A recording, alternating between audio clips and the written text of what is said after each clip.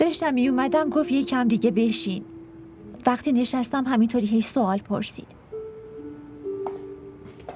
چی پرسید؟ بهم گفت منو یکی گول زد که عشقمون اینطوری یادم رفت. ولی آخه دانیال چه شده؟ یعنی چی؟ یعنی برای چی دانیال دیگه دوستم نداره؟ برای چی دوست داشته باشه خب؟ مگه دوست داشتن الکیه؟ یعنی فرار کن بعد تا وقتی که دوست پسرت یه لحظه سلمان، به سوالش فکر کن. با عصبانیت به جواب نمیرسی. درک کن داره چی میگه. اون میگه دانیال سهم خودش از عشق و نگه داره. چی میخوای بگی؟ باشه فکر کن.